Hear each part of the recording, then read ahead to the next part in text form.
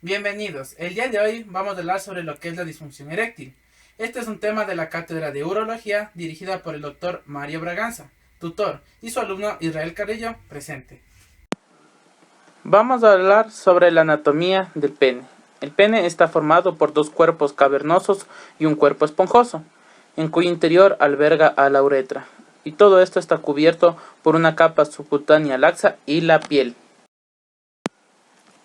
Dentro de la fisiología de la erección, vamos a ver que la fuente principal del aporte sanguíneo del pene es por medio de la arteria pudenda interna.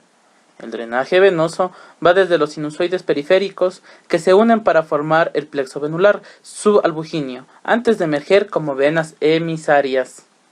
Para hablar sobre el mecanismo de la erección y la tumescencia debemos iniciar a partir del óxido nítrico. Este va a ser el estímulo que va a llevar a la relajación del músculo liso del pene, permitiendo así la mayor entrada de sangre y disminuyendo el retorno venoso. De esta manera llegamos a la erección.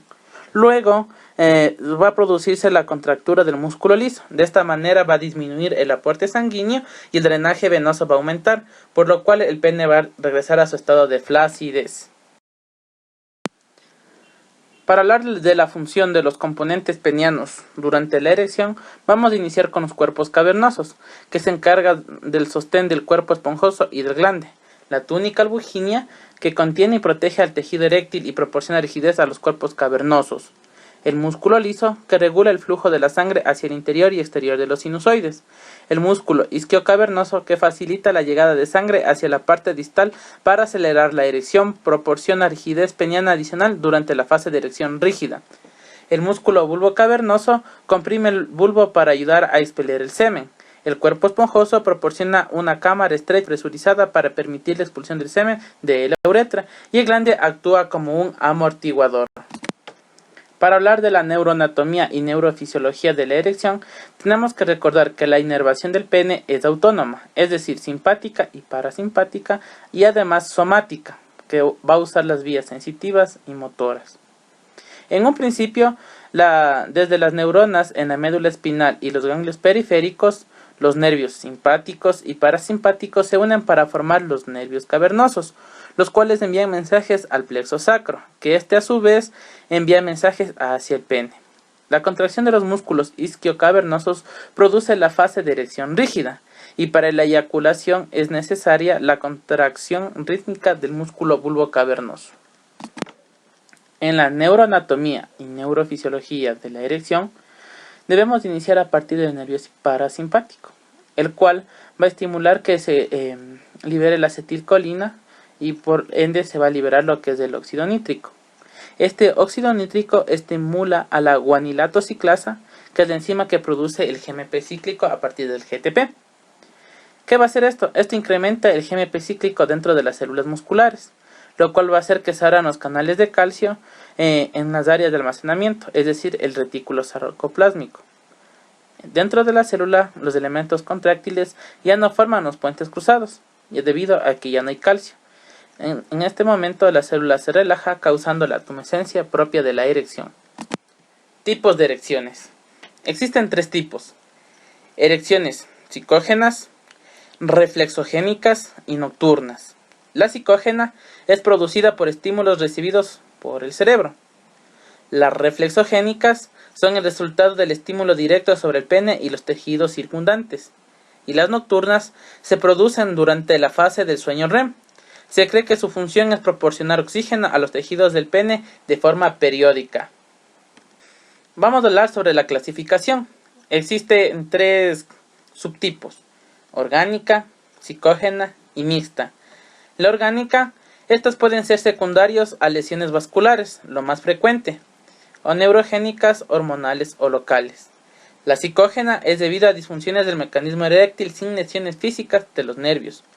Y la mixta, debido a una combinación de factores tanto orgánicos como psíquicos. Ahora, dentro de la etiología, vamos a ver diferentes puntos, como es la edad, la diabetes mellitus, la enfermedad cardiovascular, el tabaquismo, que es lo más frecuente, fármacos y consumo de drogas, así como también trastornos afectivos que sufre la persona. Manejo diagnóstico. En un principio se creían que eran trastornos neuropáticos y se trataban como él. Después se llegó a pensar que eran causados por trastornos mentales.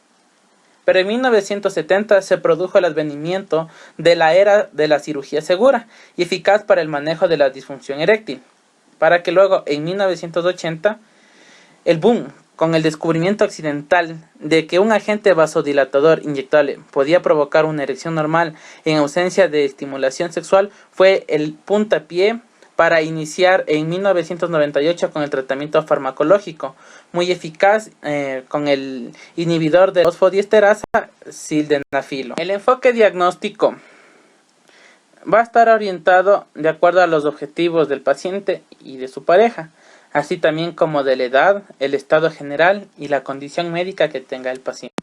Dentro de las pruebas existen tres tipos: recomendadas, opcionales y especializadas. Las pruebas recomendadas deben realizarse en la mayoría de los pacientes. Consiste en determinaciones analíticas como glucemia basal, perfil lipídico, testosterona libre o total en mayores de 50 años o más jóvenes si aparecen signos o síntomas de hipogonadismo como disminución del deseo sexual, del volumen testicular bilateral y de los caracteres sexuales secundarios. Las pruebas opcionales son determinaciones que se recomiendan en determinados grupos de pacientes, cuyo uso es dependiente del criterio médico, y son hemograma, función renal, función hepática, LH y prolactina. Si la testosterona está disminuida y o disminución del deseo sexual, TSH, T4 y cortisol plasmático y o libre en orina en 24 horas. También la valoración psicosocial y psiquiátrica. Y las pruebas especializadas tienen valores en determinados pacientes y deben ser aplicadas únicamente por especialistas. Están indicadas en aquellos casos en los que quiera diferenciarse entre la naturaleza psicógena y orgánica de la disfunción. Objetivación de la erección espontánea. Existen dos tipos: el registro de tipo de rigidez tumescencia peniana nocturna, como RigiScan NPT, y el test de estimulación visual. Las pruebas de objetivación son importantes ya que nos permiten hacer un diagnóstico diferencial entre la naturaleza psicógena y orgánica del proceso. También es importante realizar en pacientes seleccionados determinadas pruebas que nos permitan conocer la etiopatogenia de la disfunción eréctil fundamentalmente. Dentro del registro de rigidez y tumescencia peniana, el RigiScan se trata de registrar las erecciones que tienen lugar durante el sueño y que parecen cumplir una función de oxigenación del músculo liso peniano. Estas erecciones tienen un patrón en cuanto a número, duración y rigidez, considerando como normal, que no se alcanza cuando existen alteraciones de la función eréctil. El registro se debe efectuar preferentemente durante 3 noches, mientras que el test de estimulación visual se basa en la visión de fins eróticos y que producen una erección en la mayoría de la parte de los hombres. La visualización de la erección puede ser directa, desde una cabina estratégicamente situada o bien mediante instrumentos que registran esta erección.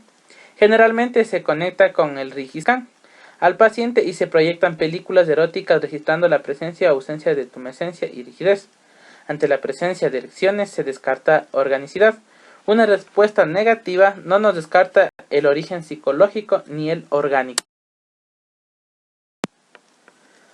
Vamos a hablar sobre los tests para la valoración del componente vascular y el músculo liso peniano. Están indicados en aquellos pacientes a los que puede ofrecerse una terapia de tipo etiológico, como puede ser la revascularización peniana en pacientes jóvenes que han sufrido un traumatismo vascular con afectación de la erección. Cuando se desee reconocer la naturaleza del proceso y la historia del paciente no permite establecer hipótesis etiopatogénica, o en pacientes en los que recaen existencias legales. ¿En qué consiste? En la inyección intracavernosa de drogas vasoactivas y suele realizarse mediante la inyección intravenosa de lo que es la prostaglandina, a una dosis de 10 a 20 microgramos, valorando la respuesta a 10, a 20 y a 30 minutos. Un test positivo se define como una respuesta eréctil con buena rigidez que se produce en los 10 minutos posteriores a la inyección intracavernosa de inyección de drogas vasoactivas y que dura más o menos 30 minutos. El ecodoppler. El ecodoppler o dúplex dinámico tiene como objetivo principalmente valorar la velocidad del pico sistólico, que debe ser superior a 30 centímetros sobre segundo, y que se correlaciona con el flujo arterial. La velocidad diastólica final normalmente debe ser inferior a 4 centímetros sobre segundo y esta está relacionada con el componente venoso. Los objetivos de la evaluación diagnóstica son 3 y los más importantes. Primero, identificar las causas médicas y psicológicas. Segundo, evaluar la severidad y el grado de reversibilidad de la misma. Y tercero, formular una estrategia terapéutica que sea compatible con el diagnóstico específico y que cumpla con los objetivos del paciente y su paciente. El tratamiento. Primero debemos recordar que el paciente tiene la característica de tener malos hábitos, por lo cual se le debe recomendar el abandono del hábito tabáquico, la reducción de la ingesta de alcohol y la práctica de ejercicio físico diario por lo menos 30 minutos. También hay que regular la disminución del exceso de peso. Y por último, reducir el consumo de grasas de cualquier tipo de dieta que tenga y que busque el bienestar físico y mental. Tratamientos sintomáticos. Existen de primera línea, de segunda línea y de tercera línea. De primera línea están los fármacos orales, dispositivos del vacío y anillos constrictores. Mientras que de segunda línea están los vasoactivos intracavernosos y de tercera línea está la cirugía revascularizadora y los prótesis del pene. Bueno, vamos a hablar sobre un algoritmo de manejo de la disfunción eréctil. Cuando un paciente llega a la consulta externa con una disfunción eréctil, primero debemos realizar una historia clínica, un buen examen físico y unas pruebas de laboratorio básicas. Y buscar si es que existen causas modificables como fármacos y hábitos. Si persiste la disfunción eréctil, se debe sospechar otro tipo de causas como son psicológicas, neurológicas, vasculares u hormonales. Dentro de las causas psicológicas hay que considerar la terapia sexual o consulta a psiquiatría. Si no, también se puede dar un consejo sexual y también recetar inhibidores de la PDS5. Si es que hay una buena respuesta, se continúa con el tratamiento y si no cede, se debe remitir a urología para completar un estudio o considerar otras opciones terapéuticas. Si se ve que el trastorno es neurológico, se da consejería sexual o se receta inhibidores de la PDE5. Y si persiste, también se refiere a urología. Si es de origen vascular, se maneja de la misma forma con consejería sexual, inhibidores de la PDE5. Y si persiste, remitimos a urología. Cuando el origen es hormonal, se debe revisar dos hormonas, la testosterona y la prolactina. En el caso de la testosterona, esta está baja. En el caso de la prolactina, esta se encuentra elevada. Cuando la testosterona está baja, tanto la hormona luteinizante y la folículo estimulante se encuentran altas, por lo cual se debe estudiar con pruebas de imagen o considerar tratamiento con testosterona. Cuando la prolactina está elevada, se debe hacer de 1. Estudiar causas o pruebas de imagen que nos orienten buscando una alteración. 2. Remitir a endocrinología si no cede el cuadro. Es todo. Muchas gracias por la atención al video y espero que nos veamos en la próxima. Suerte.